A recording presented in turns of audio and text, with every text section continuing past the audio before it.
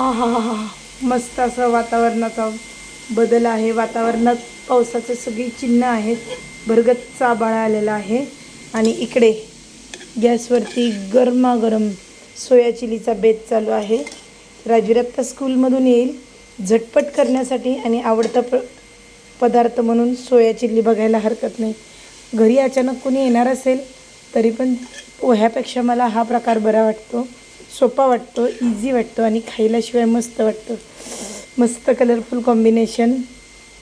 ढोबळी मिरची, कांदा आणि गाजर. फक्त इकडे मॅरिनेट केलेले सोयाबीन, टोमॅटो सॉस आणि सोया सॉसने.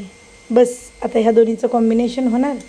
त्याच्यामध्ये थोडंसं तिखट पडणार आणि मस्त अशी सोया चिली रेडी.